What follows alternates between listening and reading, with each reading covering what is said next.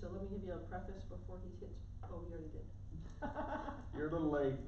Go for it. No, go give your preface. Well, welcome. I'm Dr. Tricia Seymour. And I'm Dr. Rusty Barrier. And we do this for the audience that watches us on YouTube, as well as the folks that are here in person. So sometimes we look at the camera, and when the camera is red, that means it's recording, and when it's blue, it is not. We usually do a little talk, and then we take a break, just so people can stretch, and we can turn it off, and then we do Q&A. So the Q&A is typically about the topic, but it can be about pretty much anything. And tonight we're talking about Developing discernment, or how to activate your hooey meter. Right. Right, and I'll just tell you, read this real quick. It just basically says, you know, there's so much information in today's world. How do you know what's real? How do you know what's false? What's the difference between discernment and judgment? And how do you determine what's right for you at this time? And I think a lot of that comes, you know, we pick these topics because of, you know, what people are saying or what's happening or what's going on. And I think, you know, especially over the last few years, we've had a lot of confusing information. That's a nice way to put that. and again, what's right for one person might not be right for the other person. Correct. And we tended, I think what also happened in the last couple of years was we made a lot of judgments about people who believe differently than we did, you know, and that we're right and they're wrong, and that happened on both camps. And in this world of duality, we saw duality in our face right up front every day, between family members, between friends, between people at work, groups, in the media of all kinds of media, social media, news media, everything. We saw duality right in our faces. And this is a good thing, by the way, because that's what has to happen in order for us to really begin to move more directly towards oneness. As long as we live in that gray zone, is it good, is it bad, is it right, is it wrong, we're not sure, you know, this seems to support this seems to support that. Now we got it very clear. Boom. We can see the players on both sides.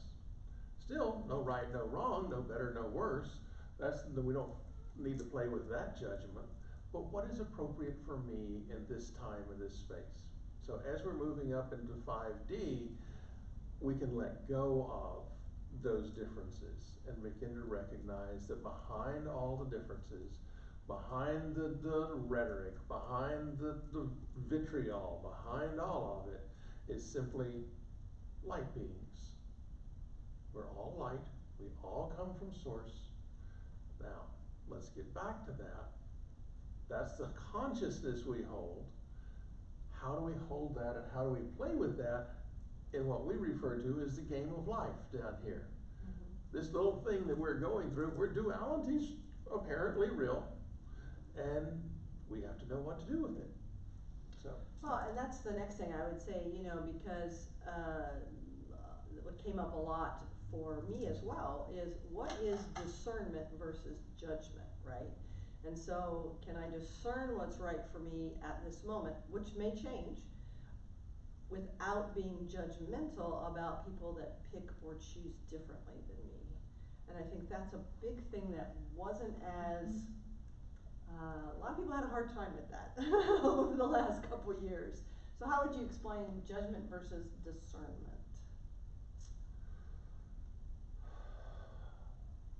For me, there's a hint right there, by the way. For me, discernment is when I look at what's out around me, what's going on, and I decide if it's appropriate or inappropriate for me to behave, think, act that way. Judgment is I look at what's going on and I decide what's right, appropriate, or good for you to do. And if you're not in alignment with what I think is right for me, then you're wrong and I'm right. And that's just not really a healthy way to go through life.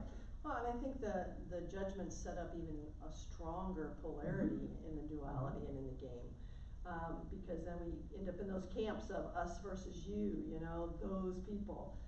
They don't think like me, so therefore they're wrong. And so finding that space of love and compassion from source to know, as you said, that we're all one. We're all still source playing in different bodies with different experiences.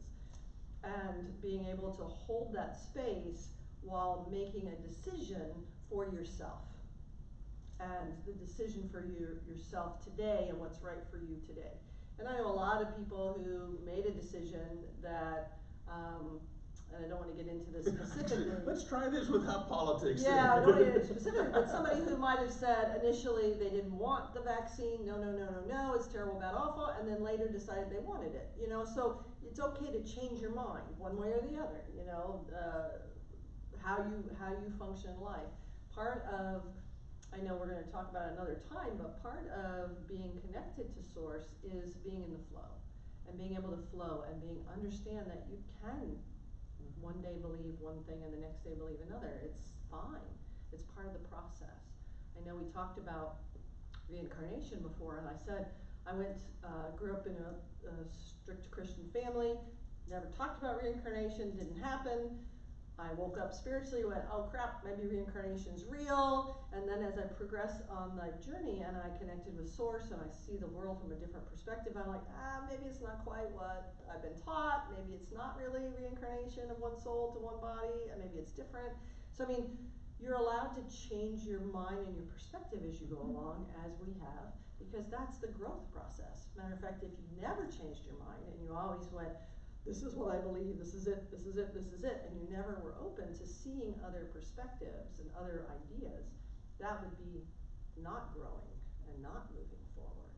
So growing and moving forward includes what's right for me today. What is it today that fits in my paradigm, in my belief system, that may not be the same down the road. You may get new information and shift what you believe. And the shifts can be very subtle and simple. When Tricia and I met, she was vegetarian. Okay, I grew up on a ranch in Texas. I'm not. Alright. But what I realized is for her, that was appropriate for her at that time. As we went along, she's shifted a little off of vegetarian. We're still probably about 85% vegetarian. But as I said, I've got to have a steak periodically. But this is. And you've shifted to more vegetables, so it's been like a back and forth kind of evolution. I actually know what something other than a green bean and potato is now. You do. Still won't eat them, but I know what they are. Oh, yes, you do. I do. But the part of that too is learning to discern even for yourself what your body wants or doesn't want at any given moment in time. And that's why when Tricia was talking about it changes, it shifts, it moves. That's true. There may be a point that I wake up and my body is going, you have to have some form of protein. You're needing more protein right now. So I go find a protein source. It may say, okay, you don't need protein at this point. You need a little more roughage or something. And it's about learning to listen to what's going on within you. This is true discernment, what's going on within me, right? It sort of shuts out the chatter that's out here. I mean, I think of my own life, and eggs have been good for you, eggs have been bad for you, eggs have been good for you again, eggs have been bad for you again, and now they're good for you again, all right? And that's just how things change. That played out even in some of the divisiveness that we've gone through over the last few years, as Tricia mentioned the vaccine. You know, the science wasn't there. We didn't know what this thing was going to do in our bodies. So the science keeps changing and evolving as we go along. And that's just a mirror of how we grow and evolve inside. And I know you've said this before, but I want to say it again, and that is that being in the game, being in duality, can be fun. And it's about seeing the humor, the fun, the entertainment, the value, and learning all the different things, as you were saying, I think before we even started, to learn all the different ways to see things, because we all see things differently. And by seeing an experience from lots of different viewpoints, it gives you a better chance to be discerning as to what works for you. So that goes back to that old story of the blind men and the elephant. You know, there were blind men looking at a big elephant, and one of them was holding the leg, and he says, oh, it's a tree. You know, he's feeling the leg, he's like, oh, this is a tree, that's what an elephant is. And somebody else is holding the trunk, and he's like, oh, it's a hose, that's what the elephant is. And somebody else, another blind man, is holding the tail, and he says, oh, it's like a broom, and that's what the elephant is. They never saw the whole thing, but they explored the part that they had really well, and there's nothing wrong with that. So we have people here at the center that teach things that look like they contradict with what we say and what we teach, but they really don't. They're looking at the elephant from a different perspective than we are. The other analogy I know I gave last week was about, and maybe even the week before, was about the ant in a forest. If an ant is in a forest, he sees this little space, and that's what he thinks the whole forest is. A monkey in the trees sees the space, and he thinks that's what the forest is. An eagle flying over sees a bigger picture and thinks that's what the forest is. And somebody that's an astronaut out in space doesn't even see the forest, right? And so none of them are wrong. None of them are less than. We need our ants, we need the monkeys, we need the eagles. They're all important in the game. They all play a role. So there's no wrong or right with whatever version or level that you see life at.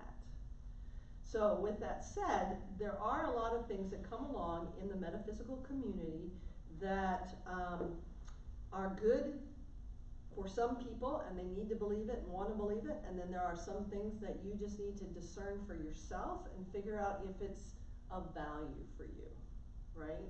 And that's where the hooey meter comes in play. Yes. Did you want to talk about that? Talk about the hooey meter? Uh-huh.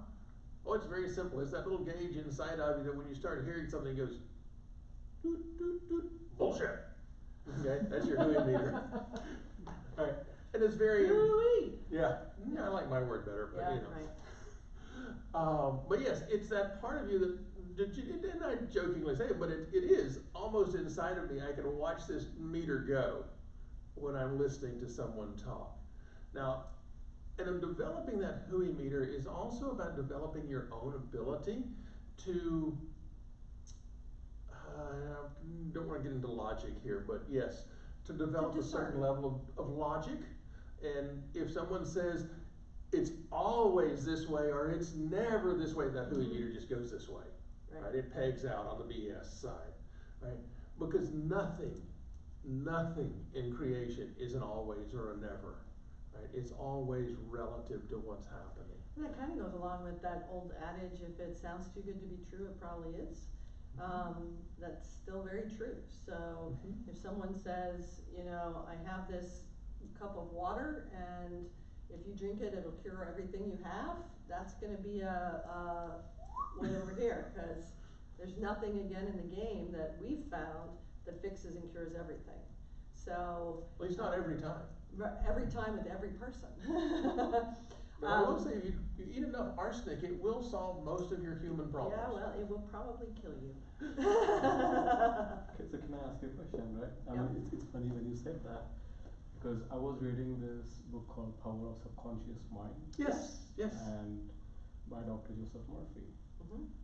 So he says, you know, on the same concept, he says, like, you know, there has been cases where, you know, someone who is ill, sick, and so one person was just given like a ring, and he said, hey, this is a very holy, pure ring, and this will cure you.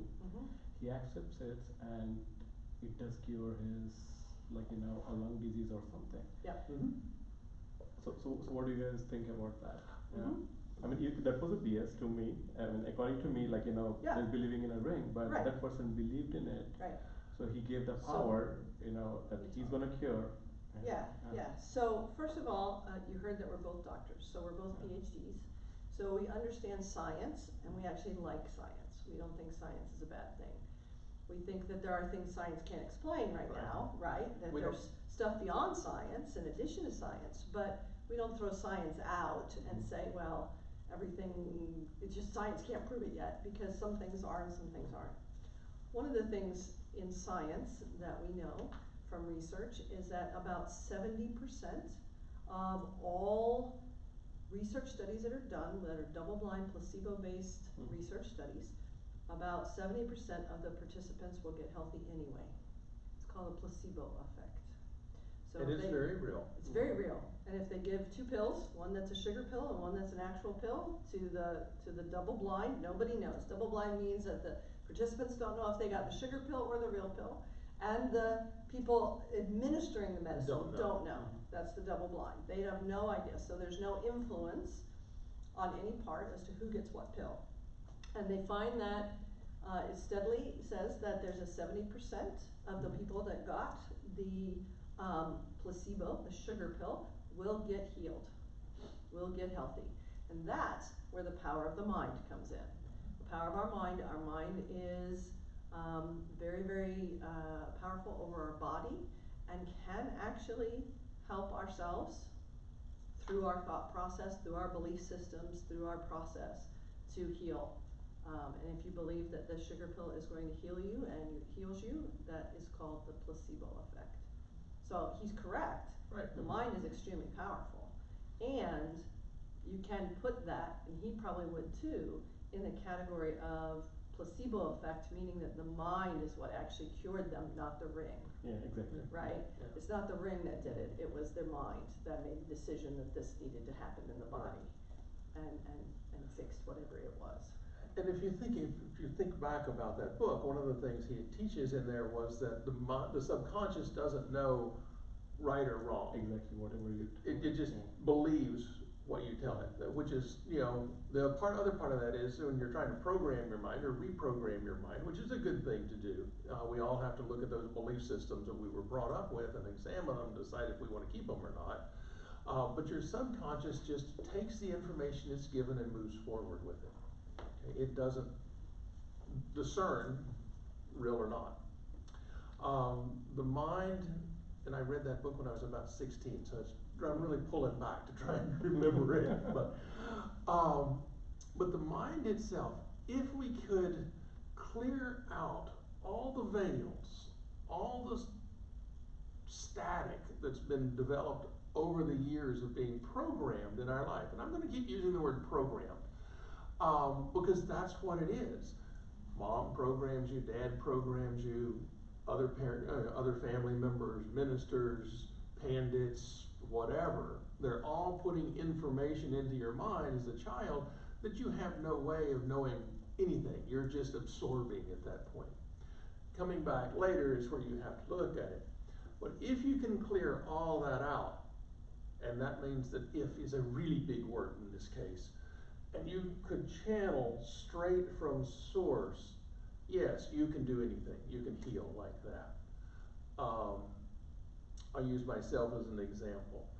I was 28, I think, about to get married, and Not to me. Not to her. Previous wife. First one. And should have been a warning. I had a spontaneous pneumothorax. What that means is my lung blew a hole in it, right? Well, former wife, noticed this because she heard me gurgling. She had her head on my chest and she heard me take a breath and go inside. So she worked for a doctor. So she drugged me to the doctor the next day, and he listens to my chest and gets this pale look on his face and sends me down to, x-ray, and come back up, and he says, okay, we gotta put you in the hospital immediately.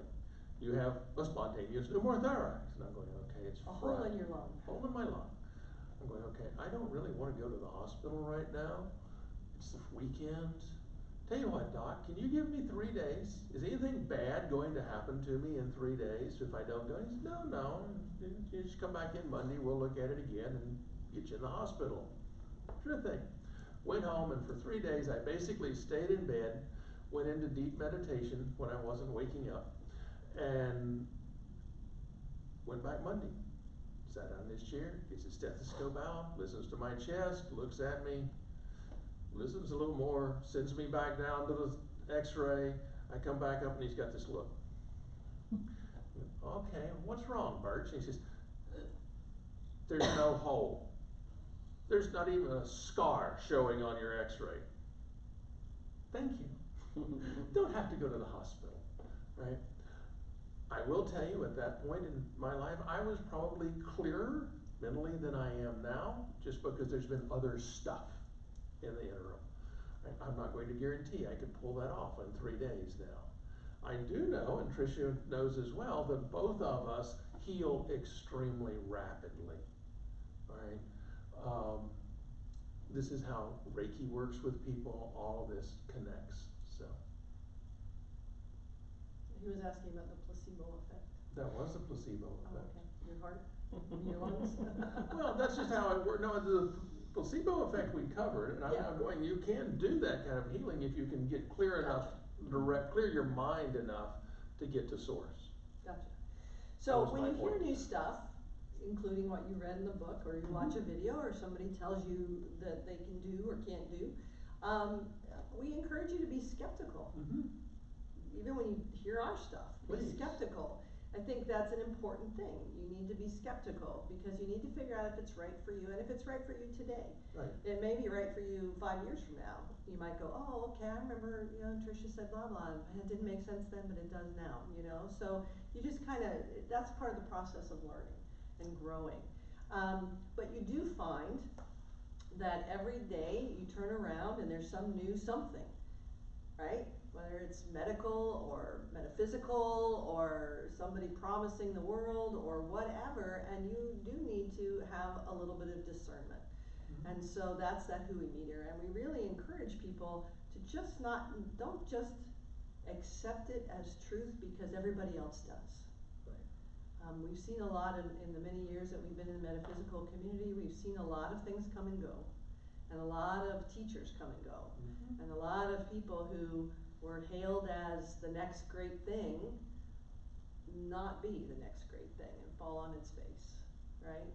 And so, I was just thinking about the water that was so muddy, so again, you have to discern for yourself what works. So there was somebody who was, again, since I mentioned water earlier, there was somebody who was selling bottled water, but you looked at it and you're like, what's in there? And they're like, oh, that's minerals. And we're like, no, it looks like dirt. You go get those out of your backyard. That's And terrible. when I felt the water, it felt slimy. It was like, this is not good water. But somehow they got it into Nordstrom's. But anyway, it didn't stay on the market, it got pulled off because it wasn't healthy, et cetera, et cetera. But so there are people, some with good intentions, who try to say this is the next greatest thing, and others who don't have the best intentions, who really just want to make money and try to sell you something or tell you this is what you need, everybody needs this. And I don't know that there's any item or product out there that everybody needs. Air. I don't think we're not air selling and that yet. sleep and they can. They do. But I think it's just really a matter of figuring out what's right. So rather than following the crowd, we've had, be it authors, people who write books, we've read lots of books and afterwards went, that doesn't resonate with what I know and what I know to be true. Or in some things you read and you go, well, I got a little bit out of that book or a little bit out of that talk or whatever, and some things you read and you're like, yep, that's me. I need to hear that. I need that information. And so it's just about what you need at that time. And it may be you read an entire book and you get one sentence out of it that makes a difference. That was a one piece that you needed from that book. Right. The other thing to be cognizant of as you're going through developing discernment is a thing called confirmation bias. Okay? And confirmation bias is actually a psychology term. And what it means is that we have a thought, and we go find information that supports that thought without recognizing the information that may be contradictory to that thought. And we just kind of push that away, all right? So be aware when you're doing your research, don't just look for the things that prove what you're looking for, that agree with you. Look for the things actually that disagree with you and really look at those and see if there is validity on it. That's part of developing that hooey meter. All right? Yeah, there's been times where something sounded really interesting and I'd go, wow, that sounds really cool. I'm gonna go look that up. Well, there's a website called Quack Watch, and so I always go there first, and then I see what they say about it. And of course, they may say everything's not real and made up, but then I have to go, now, are they just coming from their own bias? Right. And I still believe this to be true, or is what they're saying resonating as true with me and what this person's trying to sell me or give me or tell me or whatever is not right for me. Again, I say it that way because it might be right for somebody else. Correct. Somebody else on their path, that might be what they need to hear. But there are so many things out there in the holistic community that you just have to be discerning about what's right for you at a time, right? And part of discernment is to be able to recognize the different voices within, which is what Rusty was talking about, and how you know the difference between, is it just my mind making a decision, is it my body making the decision, or is it my higher self making the decision and helping me, guide me? Because again, without knowledge of the difference between those, what happens is your mind, your ego, goes, ooh, yeah, that sounds fun, let's go do that. And and your higher self may be going, no, it's not for you, and you're like, well, too bad, I'm gonna do it anyway. Again, nothing wrong with that, but if you know the difference between the voices inside of you and the voices that you hear in your head, it helps. It helps to be able to discern for yourself what's right and what's not. And part of the value of this exercise is your ego is a sneaky little booger. It will mimic any other voice you have. It'll mimic and pretend to be higher self. It'll mimic and pretend to be body, all of those things. You have to really begin to get a sense of not only how it sounds, but where you experience the voice inside you. Okay, and that's what this little exercise is Yeah. for. So just get comfortable. Doesn't matter if your legs are crossed or not. Could care less. Just get comfortable. Close your eyes, and what we're going to do is we're going to just take a few deep breaths, and then go inside. And again, as Rusty said, you're going to listen to how the voice sounds, where the voice is in your body, and what the voice says. All right, so take a deep breath.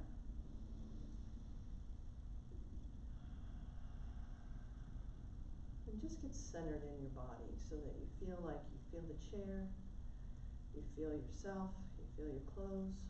And take another deep breath.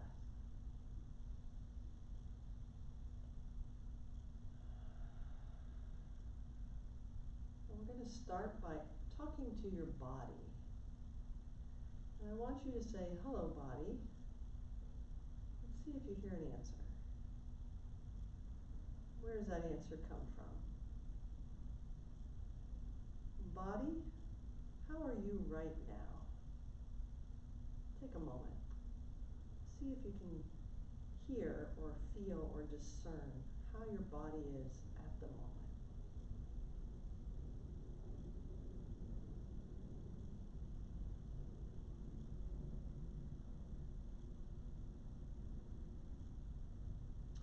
Is your body tired, excited, sore, comfortable, hungry, thirsty? How's your body right now? And again, hello body, how are you right now?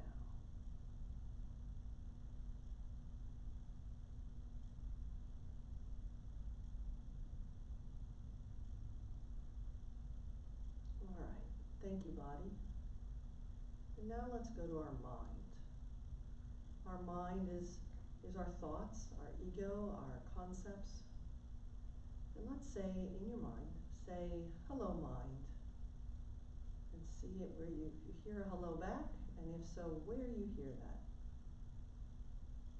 And how that sounds. Hello mind.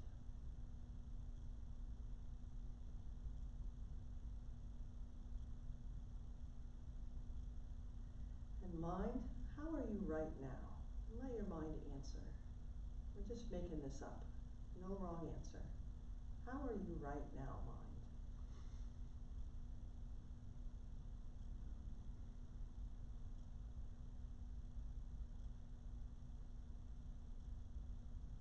Is your mind happy, peaceful, content, or stressed, anxious, worried, depressed?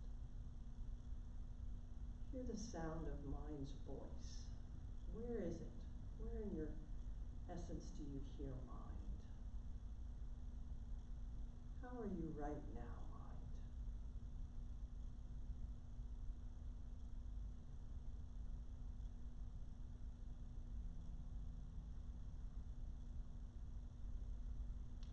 Thank you, Mind. Thank you for sharing. We appreciate your input and your help. And now let's move to our higher self. And let's say, hello, higher self. Hear where that voice comes from. Hear what that voice sounds like as it says hello back. Hello, higher self.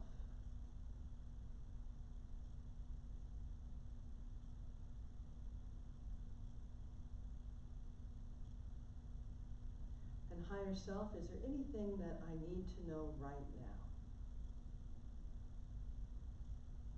And just listen for the answer. It's okay if you make it up. Higher self, is there anything that I need to know right now?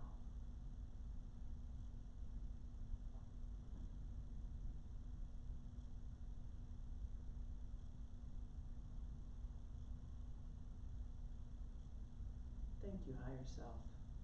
Thank you for sharing and participating. Now I want you to come back to your body. Just feel the chair underneath you, your clothes on top, your feet, your legs, your arms. Take one more slow, deep breath. And return here back to the room. And open your eyes when you're ready. And let's see, how was that? Were you able to hear 3 distinct different voices? Maybe, maybe not. Were you able to, did they sound different at all, any of them? Did you hear anything? Anybody? Just 2. You heard 2 voices, that's Mind good. and body, yeah. Mind and body, excellent. And when you heard them, and again, it's just like a sense. It's not like somebody's outside of you talking. It's more of an internal hearing kind of sense. Did they feel like they came from different parts of you? Different parts of who you are? Yeah? Okay. And so where would you say body was? If you heard body, where did you hear body? Where in your Body. feelings did you hear body? I mean, I heard my heartbeat, and then I heard, well, my back was like thumping too. Okay, so you kind of felt your heartbeat or heard your heartbeat? That was it in terms of like hearing anything. That's It fine. was like my That's actual, fine. That's a Yeah. perfect place to start. No problem. Yeah, when we say hear, Yeah. it's experience is a better Right. word. Right. And body for you guys? For me, Where from else? shoulders. More your when shoulders? It was like tired, sore. Okay. All right. I felt it in my heart, solar plexus area. Kind of in this area. That's kind of where I feel it too when I talk to body. Maybe even a little lower, like stomach area. So yeah, so it's different for everybody, and it changes.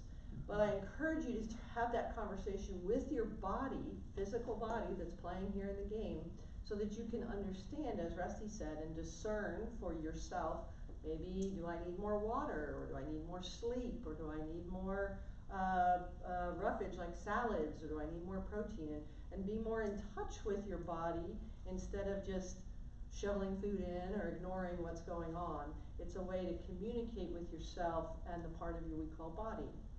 And that's great, excellent. And what about mind? Were you able to hear or feel something different about mind? Then I noticed my head pulsing. So you felt it as a sensation in your head, like your front of your head, the back, the side, your whole head, kind of in the back of your head, kind of a pulsing. That's perfect, okay? And you? I felt the voice in my head. You heard a voice and it was up here in your head, right? That's kind of a little bit more like what I have as well. So for me, it was like eyes Felt and the third eyes and your third eye that you felt it in, okay, right? And I should have asked this. If you want to share, you don't have to. Did your body say anything specific to you? Just other than hello? Hello's great, or a sensation's fine. I'm tired. I'm tired, right? Okay. So one thing that I noticed was the first time I got the signal that, you know, hey, I'm tired, my shoulders and everything, they're a little bit sore. But the second time I asked, like, you know, when you said, how are you doing again, I didn't feel anything. Okay. All right. I didn't feel in the sense I didn't feel tired, or maybe it just was an acknowledgement that I gave to my body. Maybe, right, and that's part of it, and part of it is just Honoring your body, it's the vehicle, it's your avatar, it's the vehicle you're playing the game with and it's important to take care of it and to listen to it. So when nutritionists or people say listen to your body, that's what they're talking about. And if you can discern something different, whether it's a voice or a feeling or something different between body and mind, that allows you to go, oh, my body is tired, not my mind. My mind may be going and running and anxious, but my body is tired, and to be able to differentiate that is helpful. Well, and it's also very useful in terms of diet, right? Not dieting, but diet. Food, right. Right, food in general, because you may be aware, you may mentally be aware that you're hungry. And you go, oh great, I'm hungry, I'm going to McDonald's. Sorry, my body has never agreed to McDonald's. Just doesn't. My mind likes McDonald's, and my taste buds too, but there's french fries, but. Well, and that's also true with, if you are at a holistic fair and somebody is selling a product that they say is good for you and your body, you can ask your body. A lot of people do some kind of penduluming or muscle testing or all different things, but all of that, whether it's just to stop and ask your body, all of that's ways you're communicating with your body. Is this in my highest and best interest right now to take, to use, to try, all of that? Because your mind might go, ooh, that sounds cool, and your body's like, no, I don't want that. And so it's about learning how to discern those voices within as well, not just the external things. So when you talked, did you have something about your body?